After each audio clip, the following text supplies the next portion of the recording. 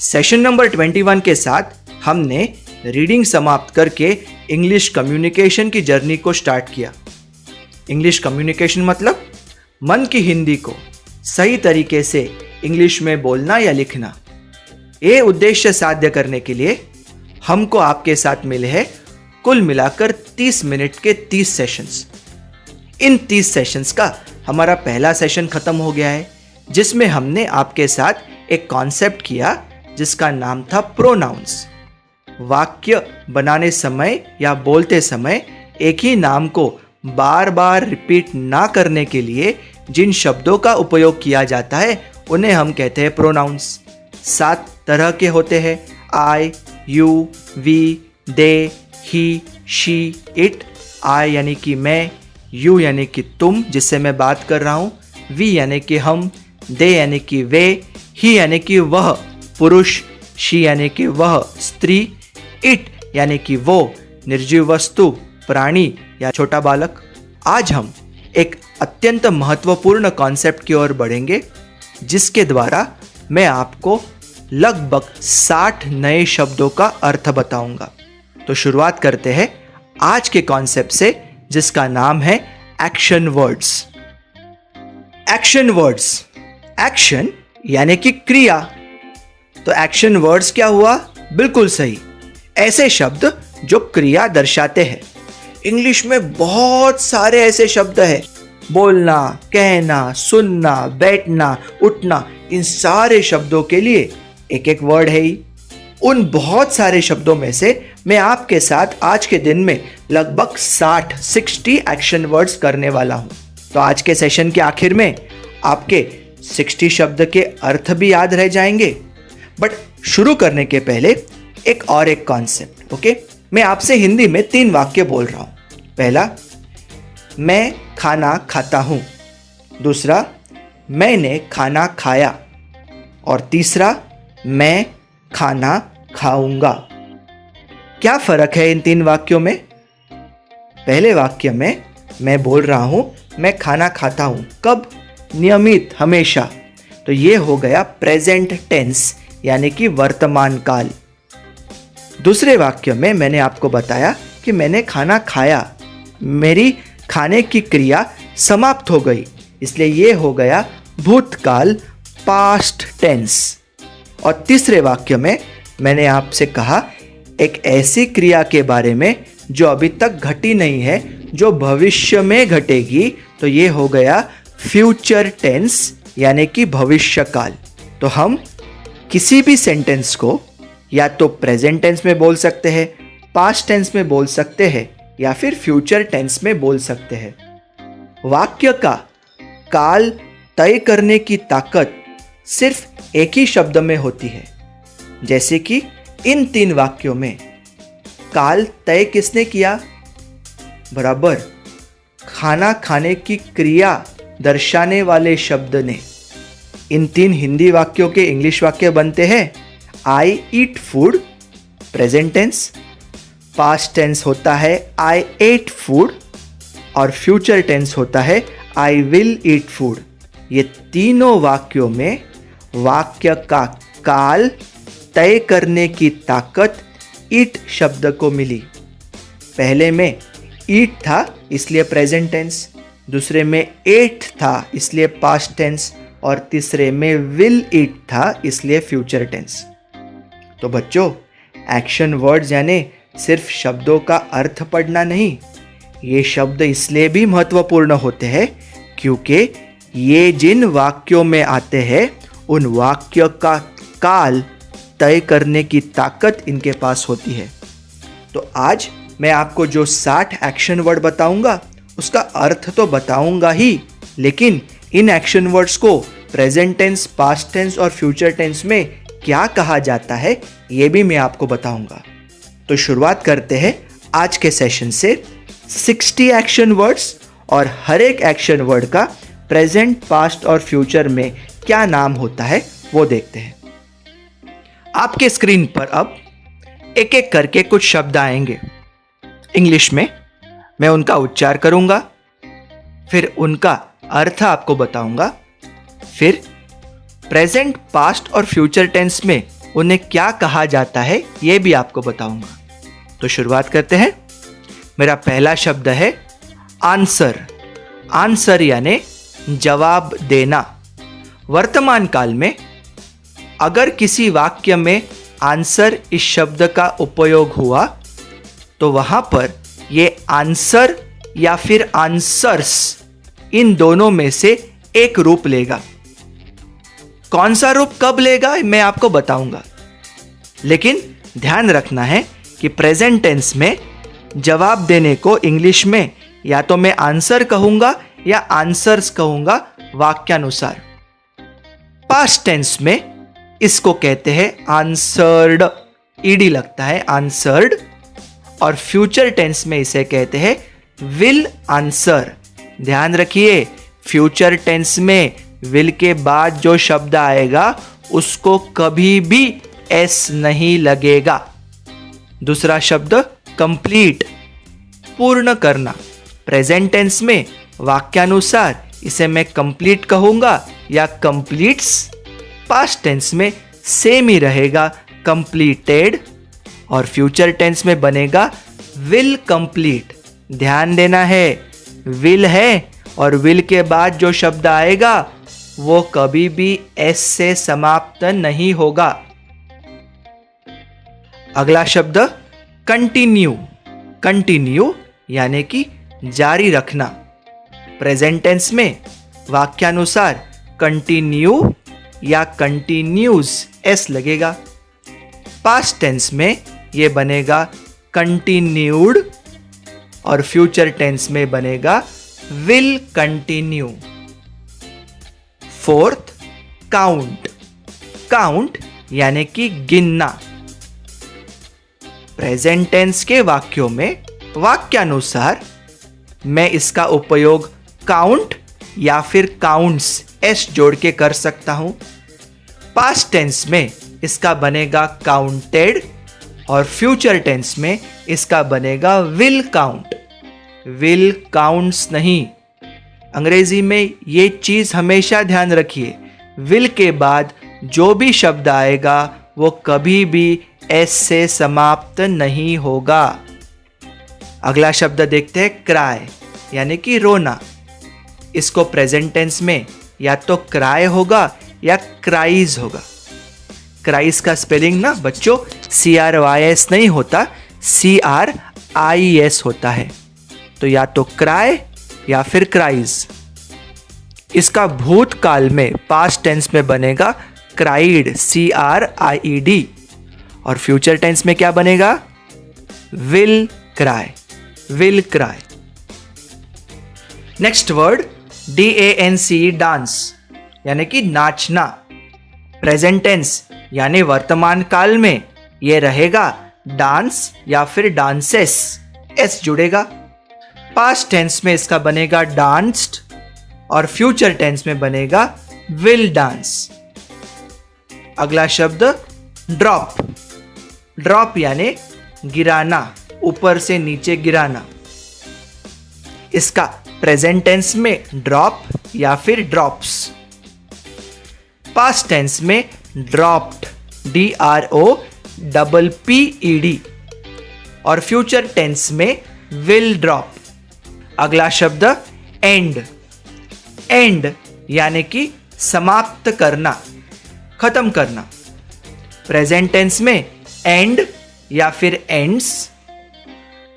Past tense में ended और future tense में विल एंड। अगला शब्द देखते हैं फिल। फील नहीं बोलना है, फिल, अर्थ भरना। अगर आप बोतल में पानी भरते हो तो जब आप इसको अंग्रेजी में लिखोगे तब भरने की क्रिया वाले शब्द के लिए आप इस्तेमाल करोगे फिल। फिल यानी कि भरना। प्रेजेंट टेंस में फिल या फिल्स, पास्ट टेंस में फिल्ड और फ्यूचर टेंस में विल फिल। अगला शब्द हेल्प। हेल्प यानी मदद करना। प्रेजेंट टेंस में वाक्यानुसार ये हेल्प हो सकता है या हेल्प्स हो सकता है। पास्ट टेंस में हेल्प्ड और फ्यूचर टेंस में will help. Next word kick, kick यानी कि लात मारना। प्रेजेंट टेंस में किक या फिर किक्स, पास्ट टेंस में किक्ड और फ्यूचर टेंस में विल किक। लाफ यानी कि हंसना।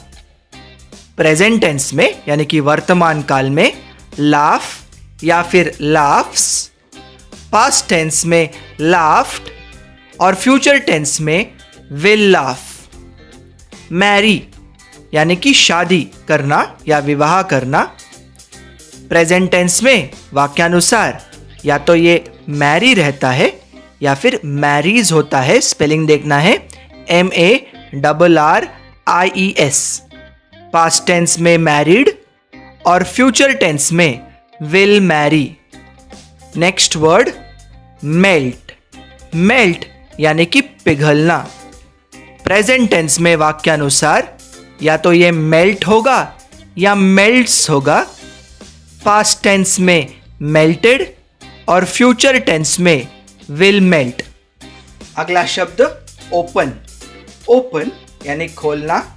प्रेजेंट टेंस में ओपन या फिर ओपन्स, पास्ट टेंस ओपन्ड और future tense will open. Next word play, play यानी कि खेलना। प्रेजेंट टेंस में प्ले या फिर प्लेज, पास्ट टेंस में प्लेड PLAYED और फ्यूचर टेंस में बनेगा will play. Next word smell, smell यानी कि सूंघना। प्रेजेंट टेंस में स्मेल या फिर स्मेल्स, पास्ट टेंस में स्मेल्ड और फ्यूचर टेंस में will smell. Next word stop, stop यानी कि रोकना। प्रेजेंट टेंस में स्टॉप या फिर स्टॉप्स, पास्ट टेंस में स्टॉप्ड यानी कि रोका और फ्यूचर टेंस में विल स्टॉप मतलब रोकेंगे। नेक्स्ट वर्ड टच, टच यानी हाथ लगाना या स्पर्श करना। प्रेजेंट टेंस में टच या फिर टचेस, पास्ट टेंस में टच्ड और फ्यूचर टेंस में will touch. Next word try यानी कि प्रयत्न करना।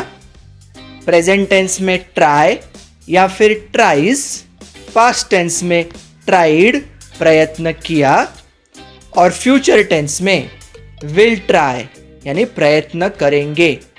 नेक्स्ट यूज, उपयोग करना या इस्तेमाल करना।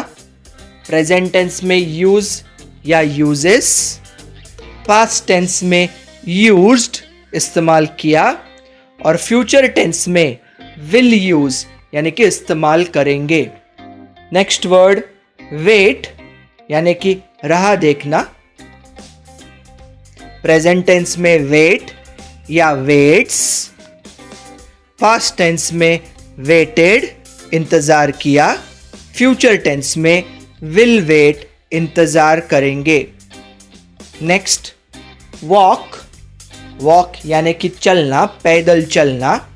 प्रेजेंट टेंस में वॉक या फिर वॉक्स, पास्ट टेंस में वॉक्ड, फ्यूचर टेंस में विल वॉक। ध्यान देना है विल के साथ जब भी कोई भी शब्द आएगा वो शब्द कभी भी एस से समाप्त नहीं होगा। नेक्स्ट वर्ड ब्लेस, ब्लेस यानी कि आशीर्वाद देना। प्रेजेंट में ब्लेस या फिर ब्लेसेस, BLESSES।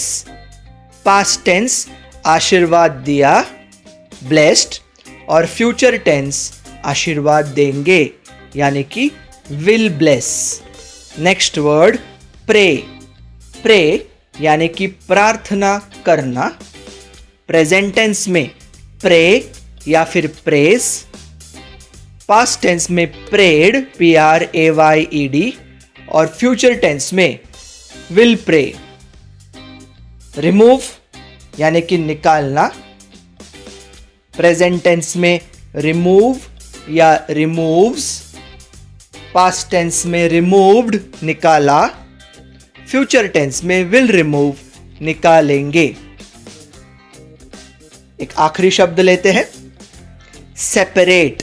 सेपरेट यानी अलग अलग करना। प्रेजेंट टेंस में सेपरेट या सेपरेट्स वाक्यानुसार, पास्ट टेंस में सेपरेटेड अलग किया, और फ्यूचर टेंस में विल सेपरेट अलग करेंगे। स्टूडेंट्स, मैंने अभी आपके साथ 30 एक्शन वर्ड्स की क्रिया दर्शाने वाले शब्द, उनका मैंने आपको अर्थ बताया और प्रेजेंट, पास्ट और फ्यूचर टेंस में उनका क्या रूप बनता है ये भी दिखाया। मैं अभी आपके साथ और 30 एक्शन वर्ड्स करूंगा। ये 30 एक्शन वर्ड्स कैसे अलग होंगे ये मैं आपको इस रिकॉर्डिंग के आखिर में बताऊंगा।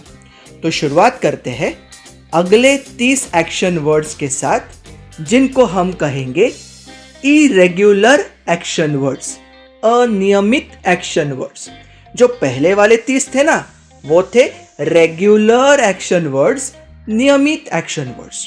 तो रेगुलर और इरेगुलर में क्या फर्क है ये मैं आपको बताऊंगा, लेकिन मैं जानता हूं कि ये खत्म होते होते आपको खुद ही समझ जाएगा कि नियमित रेगुलर और अनियमित इरेगुलर इन एक्शन वर्ड्स में क्या फर्क होता है।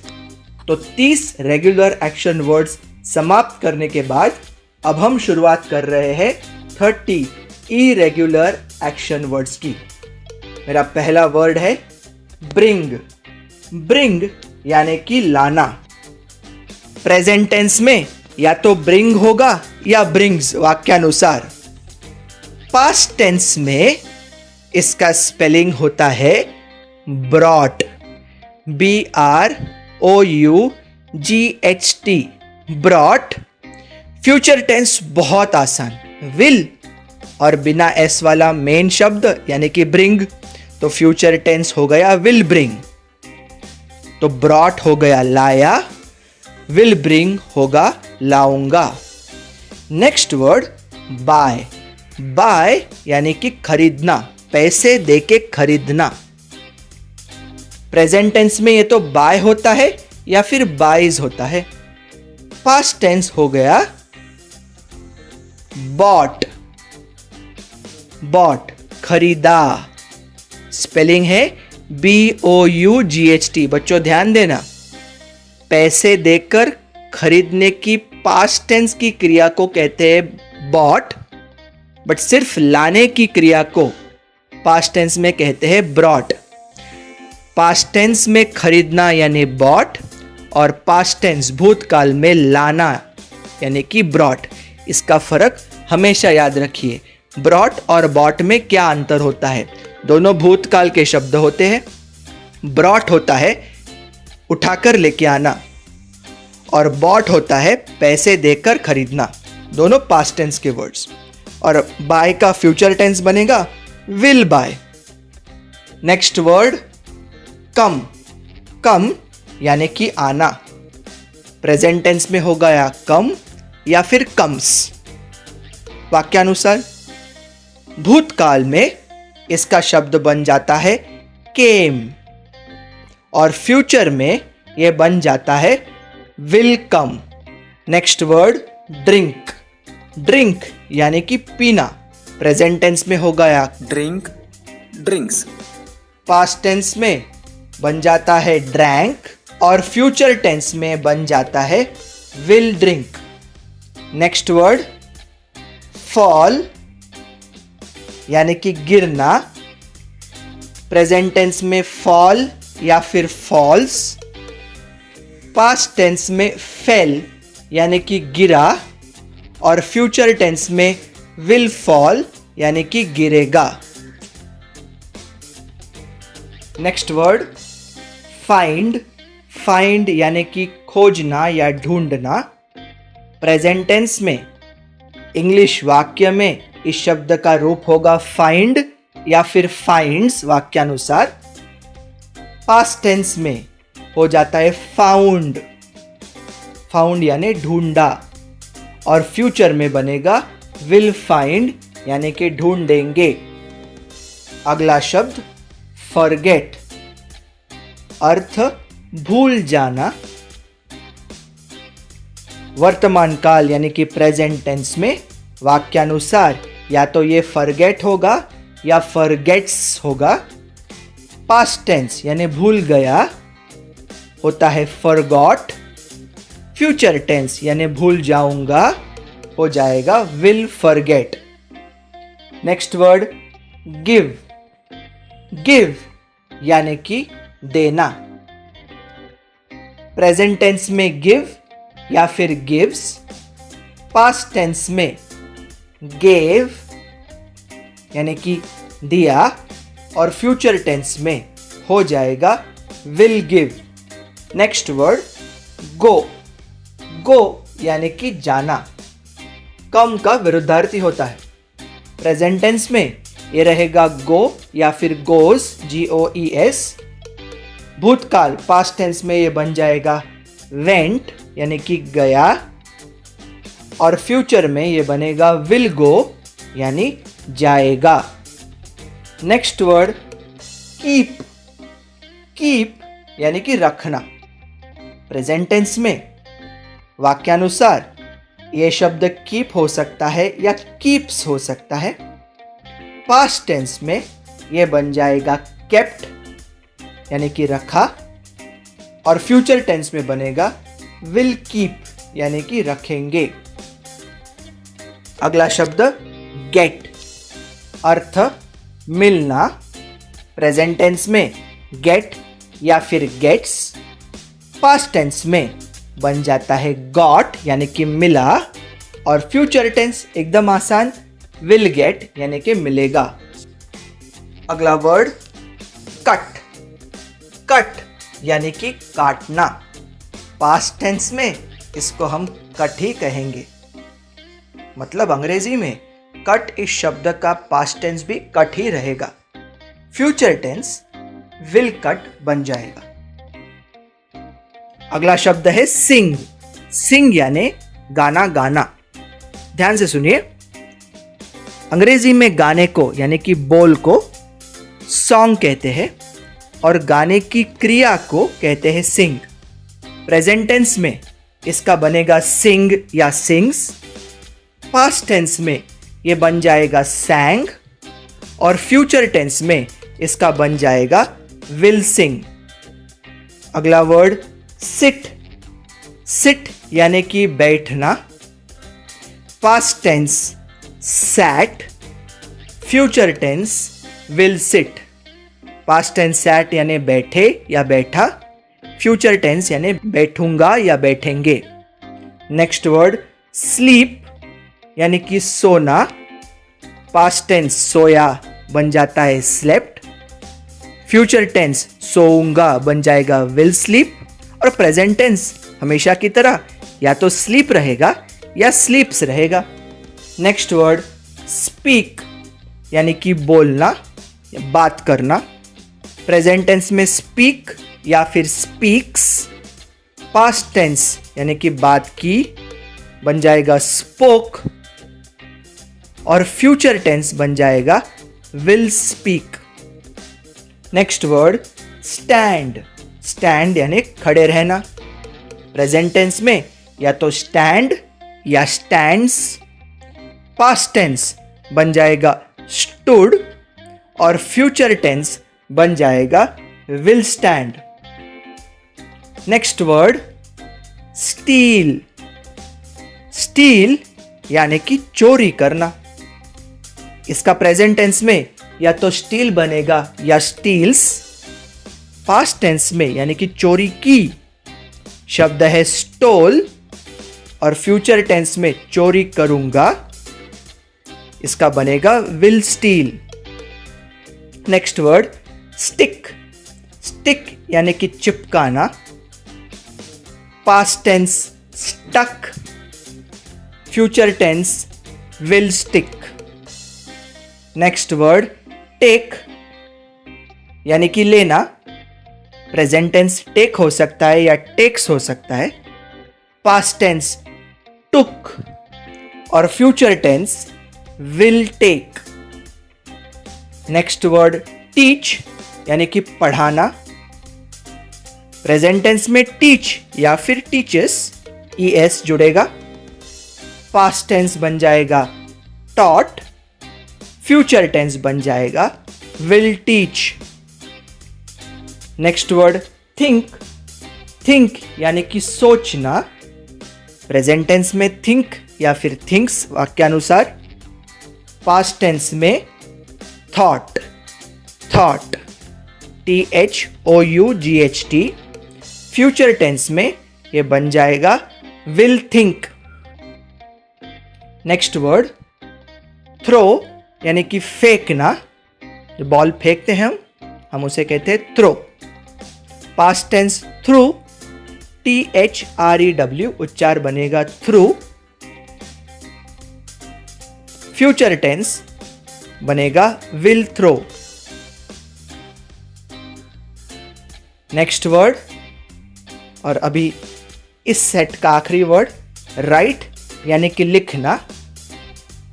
लिखता हूं यानी प्रेजेंट टेंस, इसका बनेगा राइट या फिर राइट्स। लिखा इसका बनेगा रोट, WROTE। और इसका फ्यूचर टेंस यानी कि लिखूंगा का बनेगा विल राइट।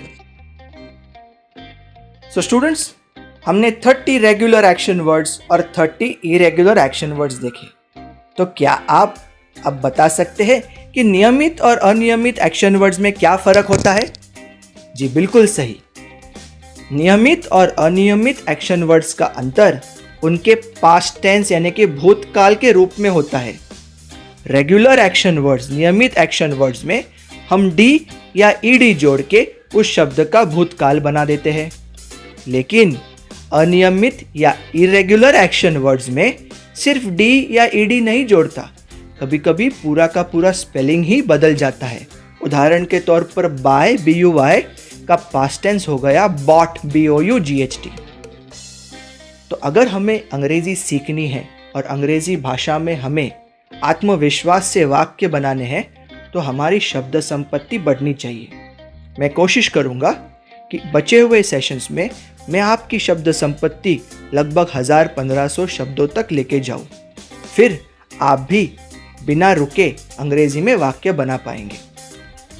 तो बच्चों, आज का सेशन समाप्त करने के पहले एक क्विक रिकैप करते हैं एक प्रैक्टिस टेस्ट के साथ। स्क्रीन पर आपको कुछ इंग्लिश शब्द दिखेंगे और राइट साइड में उन शब्दों के अर्थ हिंदी में लिखे होंगे। आपको क्या करना है? हर इंग्लिश शब्द का हिंदी अर्थ पहचान के जोड़ी बनानी है। तो शुरुआत करते हैं।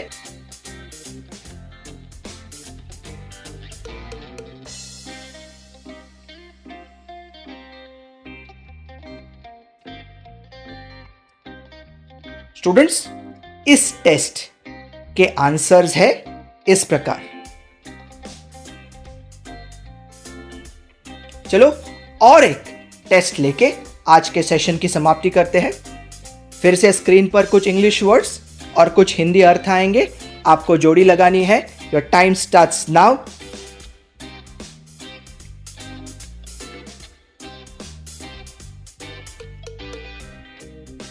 इस सेकेंड प्रैक्टिस टेस्ट के आंसर्स इस प्रकार है।